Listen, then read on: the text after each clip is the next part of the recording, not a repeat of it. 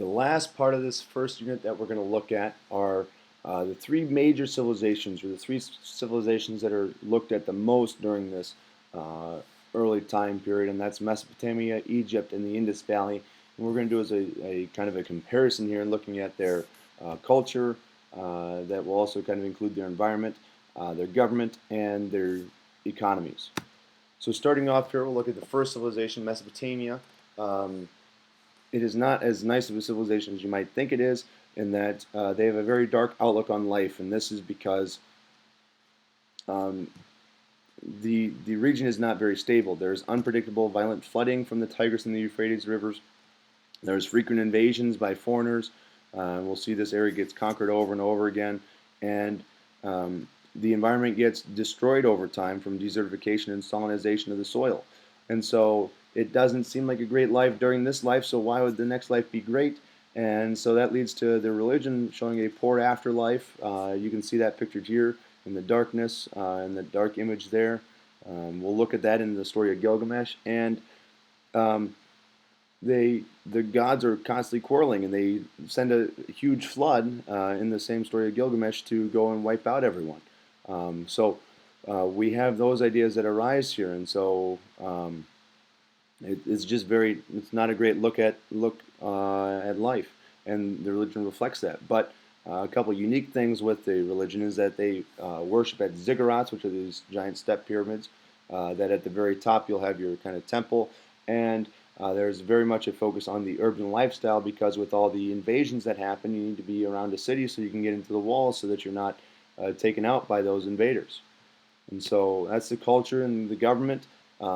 We have many different city-states, and each city-state is its own kingdom. So early on, we have cities like and Uruk and Lagash that are all their own cities, and they all have their own little kingdoms. And so they're all divided, and they're all constantly fighting with each other to gain the better land and resources. And that will lead them to being conquered several times by the Akkadians, then by the Babylonians, then by the Assyrians, and later by the Persians.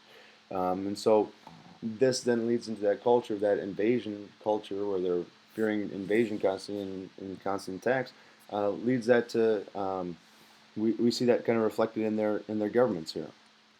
And then last part here, the economy, it's all based on farming, which is the common theme that we'll see through all the major civilizations, is that it's based on farming. And this will actually be the common theme throughout almost all of history until we get to more modern times with the Industrial Revolution. But they traded with Egypt and the Indus Valley and throughout the rest of the region. And they traded for luxury goods, and they also traded their foodstuffs that they had.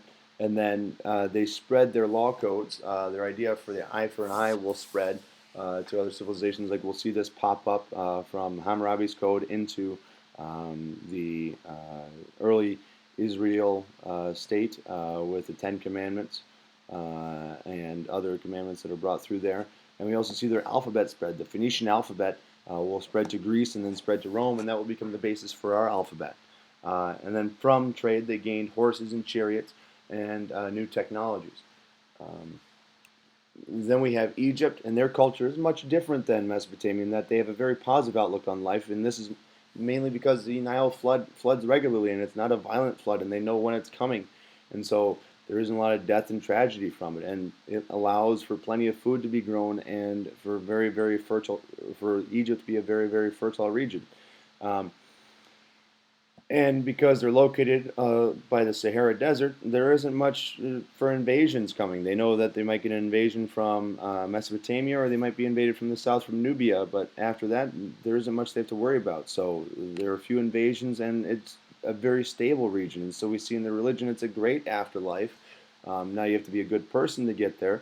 Um, the gods are fairly stable. There was a lot of fighting early on. Osiris gets killed by his brother. Um, but things stabilize, and everything gets better there with that. And they're able to build these large pyramids and large temples to go worship their gods in, with the god Ra kind of becoming the main god. And again, it's a very rural life, or here it's more of a rural lifestyle because they don't need to live in huge walled cities, and so there's more of a focus of living in kind of the countryside and growing your crops along the Nile. And then for government, we have it's ruled by pharaohs, which we talked about earlier, and um, they're viewed as a god and a man, so that combination of church and state that we also talked about earlier. And North and South Egypt, or Upper and Lower Egypt, I should say, merged into one kingdom. And this kingdom, or this idea of a pharaoh, will last 3,000 years until we come to the last pharaoh, Cleopatra, who was taken out by the Romans and is never replaced. And so it's not constant through this time, and they're not all Egyptians like Cleopatra was a Greek, but they this institution will last for a very long time, and they will do a fairly decent job in ruling Egypt and maintaining it. And then economic-wise, it's all based on farming again. They trade with Mesopotamia, but also sub-Saharan Africa, mainly Central and East Africa, with Nubia adopting a lot of their culture. And will actually eventually conquer Egypt for a short time and reintroduce the Egyptian culture back to the Egyptians when they were kind of going away from it. And they also adopted the chariots and the horses and iron from their trade, especially with Mesopotamia. And then the last civilization, the Indus, this is the one we don't know as much about, but we do know we have it's very urbanized because we can tell by the cities like Mohenjo-Daro. It's probably egalitarian. We're not entirely sure on that, but we don't see any major palaces, and the only really large structure is what we believe to be a public bath, which then shows us that they prioritize cleanliness with that public bath. And also, if you think about the sewers and the indoor plumbing they had, it's a very cleanly society. So they want to make sure that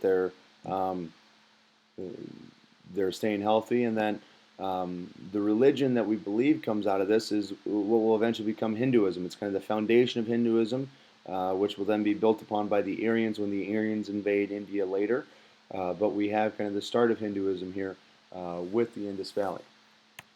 And government-wise, we really don't know.